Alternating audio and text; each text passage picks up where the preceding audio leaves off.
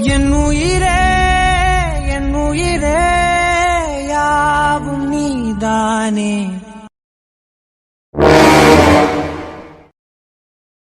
Hello sir, நீங்க சொன்ன இடத்துல தான் சார் நிக்கிறோம். ஓகே, அங்கேயே நில்லுங்க. இன்னும் அவன் வீட்ல இருந்து கிளம்பல. இங்கிருந்து கிளம்புனதும் நான் சொல்றேன். இங்கிருந்து கிளம்புனா 10 நிமிஷத்துல அங்க வந்துருவான். அவன் அங்க வந்ததும் அடிச்சு தூக்கிருங்க. ஓகே சார், வண்டியெல்லாம் ஸ்டார்ட் பண்ணி ரெடியா தான் வச்சிருக்கோம். வந்ததும் அடிச்சு தூக்க வேண்டியதுதான்.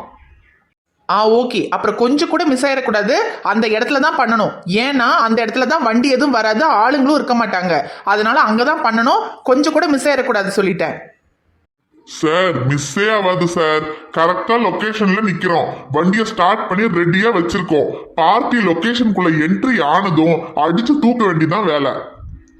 இன்னும் 10 நிமிஷத்துல அவன் பரலோகம் போய் சேர்ந்துட்டாங்கிற தகவலை உங்களுக்கு கூப்பிட்டு சொல்றோம் சார். ஒன்னும் கவலைப்படாதீங்க. ஓகே ஓகே, சரி ரெடியா இருங்க. அவன் கிளம்புனதை நான் கூப்பிடுறேன். ரியா குட்டி செல்லம் குளிச்சாச்சு. இப்ப ரியா குட்டிக்கு அழகா ட்ரெஸ் போட்டு விடலாமா? என்னது சோப்பா? செல்ல குட்டி, நம்ம குளிச்சிட்டு இங்க ரூமுக்கு வந்துட்டோம்ல, இனி என்ன சோப்பு சோப்புன்னுகிட்டு இருக்க? சோப்புல விளையாட அவ்வளவு பிடிச்சிருக்கா உனக்கு? அது சரி, டப்புக்குள்ள உட்காந்து சோப்பு நுரையில பபிள்ஸ் விட்டு விளையாடுறதுக்கு ஜாலியா இருக்குல்ல? சரி போதும்டா, இன்னைக்கு விளையாண்டது போதும். இனி நம்ம நாளைக்கு விளையாடலாம், சரியா? ஐயோ அழகு குட்டி, இப்படி மூஞ்சிய சோகமா வச்சுட்டா அம்மா உடனே கொண்டு போய் டப்புக்குள்ள உட்கார வச்சிருவேன்னா? ஏய் கேடி குட்டி, வர வர எப்படி ரியாக்ஷன் பண்ணா இவங்க கிட்ட காரியம் நடக்கும்னு எல்லாம் உனக்கு தெரிய ஆரம்பிச்சிருச்சு. இப்படி பாவமா மூஞ்சிய வச்சு கேட்டா அம்மா உடனே ஒத்துக்குவாங்கன்னு தானே இப்படி எல்லாம் ஆக்ட் பண்ற ஒன்ன? ரியா குட்டி, வெளியே நல்லா மழை பெய்யுதுடா. வெயில் காலமா இருந்தா கூட கொஞ்ச நேரம் டப்ல உட்காரலாம். இப்படி மழை பெய்யும் போது டப்புக்குள்ள ரொம்ப நேரம் உட்கார்ந்தேன்னு வச்சுக்கேன், அப்புறம் உனக்கு சளி பிடிச்சுக்கும். சளி பிடிச்சு காய்ச்சல் வந்துச்சுன்னு வச்சுக்க, அப்புறம் உன் அப்பாவே உனக்கு ஊசி போடுவாரு. பரவாயில்லையா? வேண்டாம்ல, அப்ப அம்மா சொன்ன மாதிரி கேட்கணும். இப்ப குளிச்சது போதும். இனி நம்ம மேலெல்லாம் தொடச்சு அழகா பவுடர் எல்லாம் போட்டு அழகு ட்ரெஸ் எல்லாம் போட்டுக்கலாம். அதுக்கப்புறமா நம்ம நாளைக்கு திரும்பவும் போய் சோப்புல நல்லா பபிள்ஸ் விட்டு விளையாடலாம், சரியா? இதுதான் என்னோட செல்ல குட்டி. சரி இரு, அம்மா உனக்கு மேலெல்லாம் தொடச்சு ட்ரெஸ் போட்டு விடுறேன்.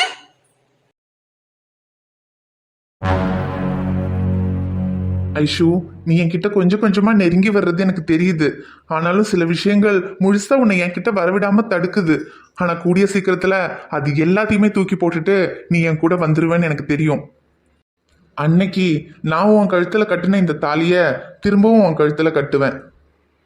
நான் யாருன்னு உனக்கு தெரியறதுக்கு முன்னாடியே உன்னால என்னை விட்டு விலகி இருக்க முடியல.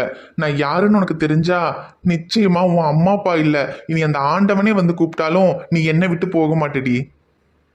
எவ்வளவோ காரணங்கள் என்கிட்ட இருந்து உன்னை பிரிக்க ட்ரை பண்ணாலும் அது எல்லாத்தையும் தாண்டி திரும்பவும் நீ என்கிட்ட வந்து சேர்றதுக்கு காரணம் நம்ம காதல் மட்டும்தான். திரும்பவும் சொல்றேன் ஐஷு, நம்ம காதல் உண்மைன்னா அந்த காதலே நம்மளை சேர்த்து வைக்கும். இந்த தாலிய திரும்பவும் நான் உன் கழுத்துல கட்டுவேன்.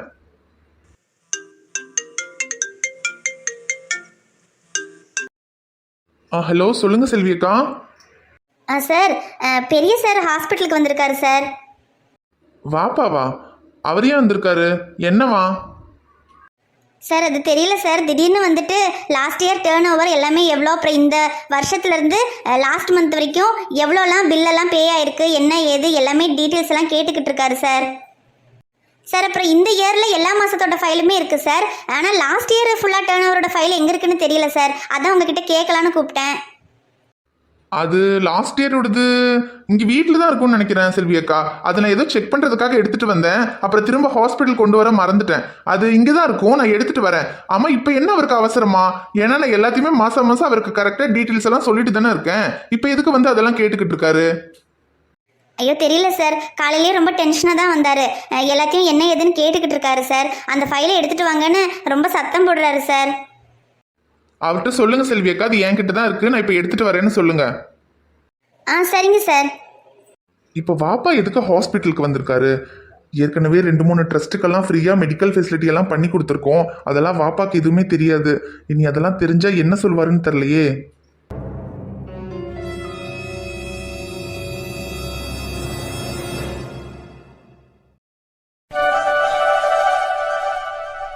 ரியா குட்டி செல்லம் அழகா ரெடி ஆயாச்சு. சரி, இனி மம்மம் சாப்பிடலாமா?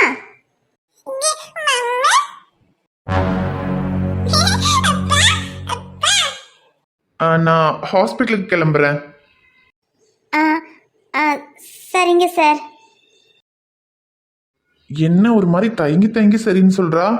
ஒருவேளை இன்னைக்கு நம்ம அவ கூட இருக்கணும்னு நினைக்கிறாளோ? ரியா குட்டி சமத்தா இருக்கணும் சரியா? அப்பா ஹாஸ்பிட்டலுக்கு போயிட்டு வரேன். செல்லுக்குட்டி, அப்பா ஹாஸ்பிட்டலுக்கு தாண்டா போறேன். போயிட்டு உடனே வந்துடுவேன் சரியா?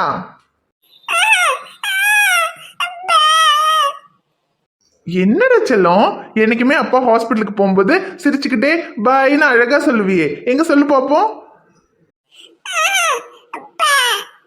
செல்லக்குட்டி, அப்பா ஹாஸ்பிட்டலுக்கு போயிட்டு வரும்போது செல்லக்குட்டிக்கு டாய்ஸ் எல்லாம் வாங்கிட்டு வரேன் சரியா?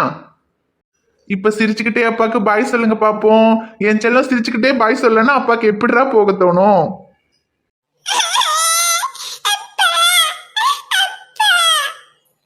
ரியா, ஏன்டா அழற? அப்பா ஹாஸ்பிட்டலுக்கு தானே போறேன். போயிட்டு உடனே வந்துருவேன்.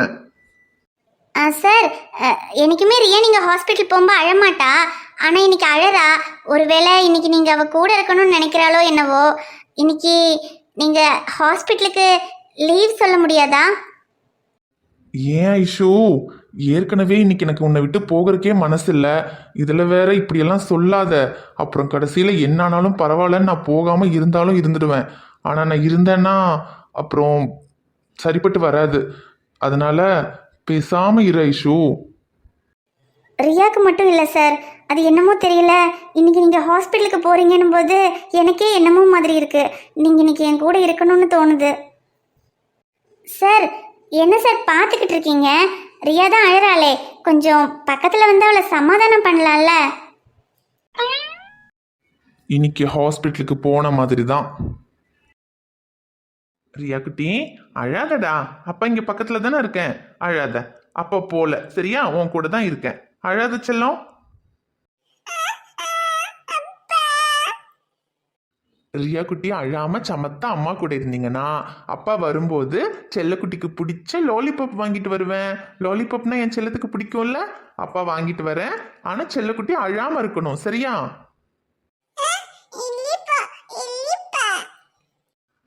பரவாயில்லையே, லாலிபாப்னு தான் அழுக நின்றுச்சே.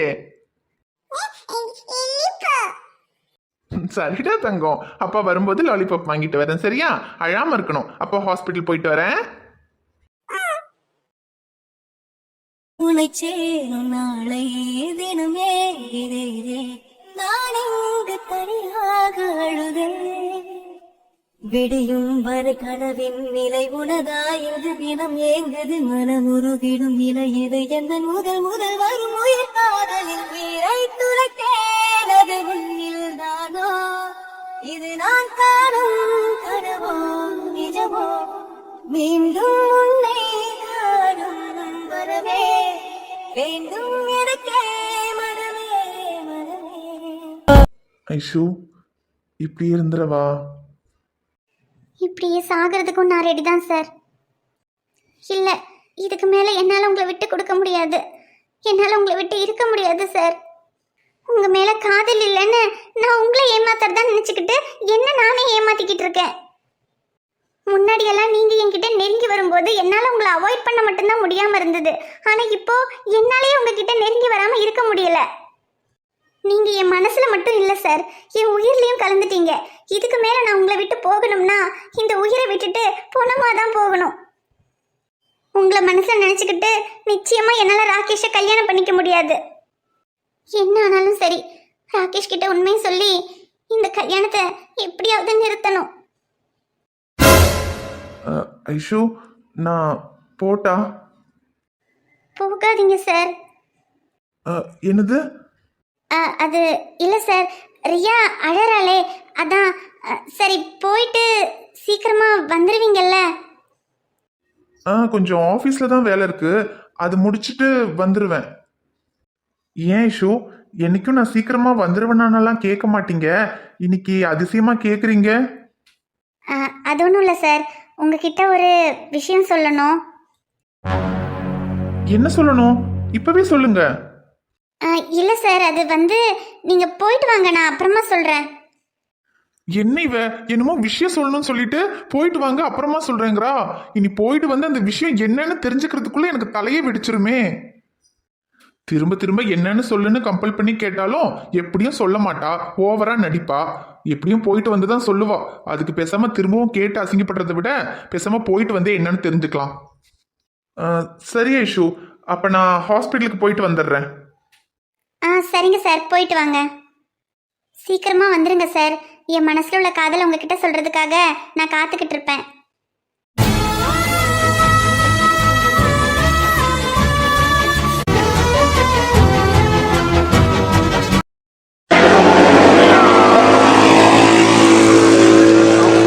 டேய், பாத்தி கிளம்பியாச்சுன்னு ராக்கி சார் ஃபோன் பண்ணி சொல்லிட்டாரு, வா போலாம். சரி.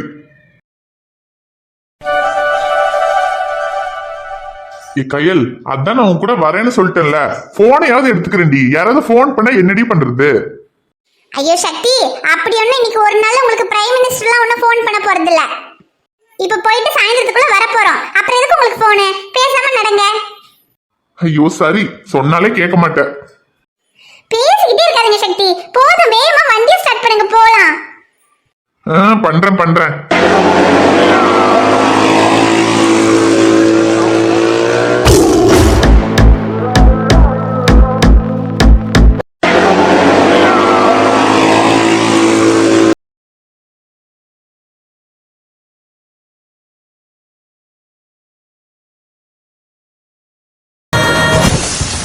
சக்தி, சக்தி.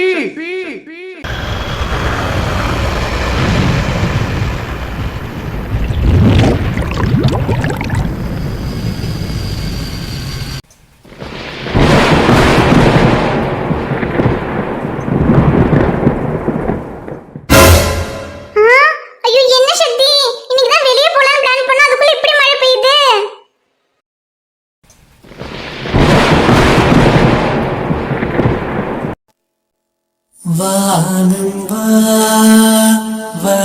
நண்பா தோள்களில் சாயவா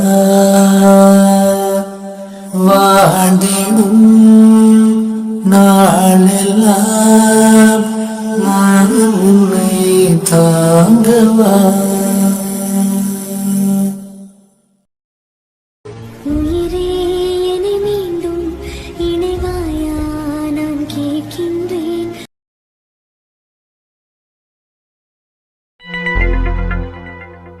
சீதா, தீரனை ஸ்கூல்ல இருந்து கூப்பிட்டுட்டு வர போகலையா? போகணும்க்கா, இன்னும் 1/2 மணி நேரம் இருக்கு, அதுக்கப்புறம் போய் கூட்டிட்டு வரணும். சரி சீதா. அப்புறம் வேலை தேடி போனியே, என்னாச்சு? வேலை கிடைச்சதா? ஐயோ இல்லக்கா, எங்கேயுமே வேலை கிடைக்கல. 2-3 ஹாஸ்பிட்டல்ல ரெஸ்யூம் கொடுத்துட்டு வந்திருக்கேன். இனி அவங்க பார்த்துட்டு கூப்பிடுறேன்னு சொல்லியிருக்காங்கக்கா. ஒன்றும் கவலைப்படாத சீதா, வேலை கிடைச்சிரும்.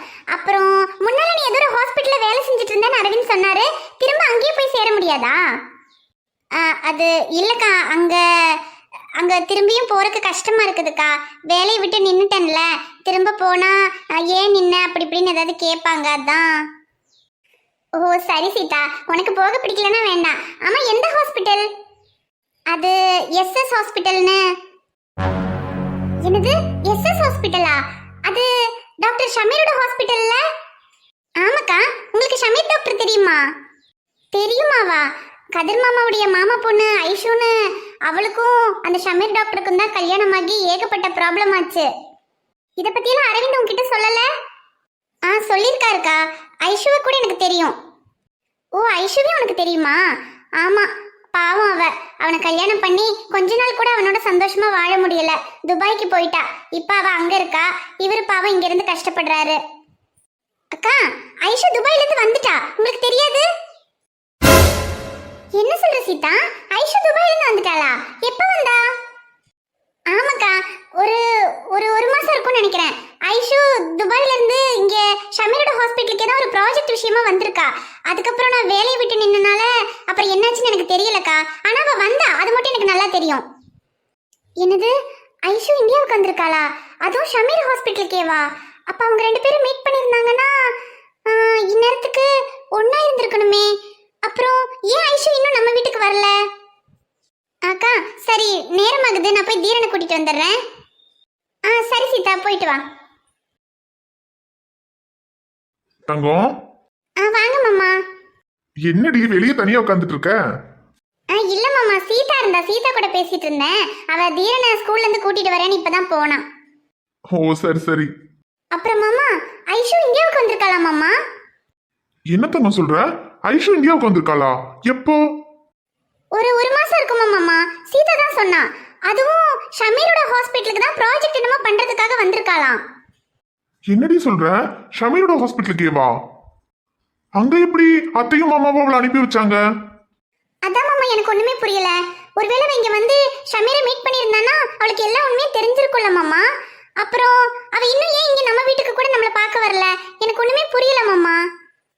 ஒருவேளை நீ அத்தை மாமா ஐஷு 3 பேருமே இந்தியாவுக்கு வந்திருக்காங்களா என்னன்னு தெரியல.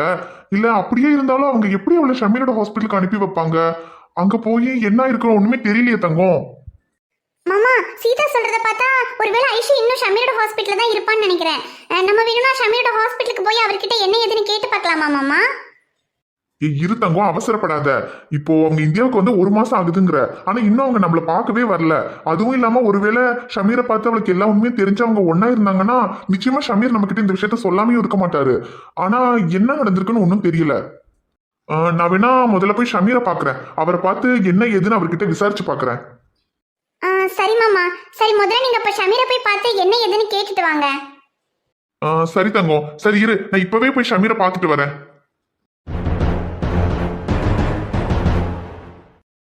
ஹாய் ஃப்ரெண்ட்ஸ், எல்லாரும் எப்படி இருக்கீங்க? நிச்சயமா நலமா இருப்பீங்கன்னு நம்புறோம். இந்த வீடியோ பிடிச்சிருந்தா மறக்காம வீடியோவுக்கு ஒரு லைக் போடுங்க. வீடியோவை உங்க ஃப்ரெண்ட்ஸுக்கும் ஃபேமிலிக்கும் ஷேர் பண்ணுங்க. வீடியோவை பத்தின கருத்து எதுவா இருந்தாலும் மறக்காம கமெண்ட்ல சொல்லுங்க. சேனலை இன்னும் நீங்க சப்ஸ்கிரைப் பண்ணாம பாத்துக்கிட்டு இருந்தீங்கன்னா மறக்காம சப்ஸ்கிரைப் பண்ணிட்டு பாருங்க. நாங்க உங்களை நாளைக்கு பார்க்க வரோம். Bye friends. பை.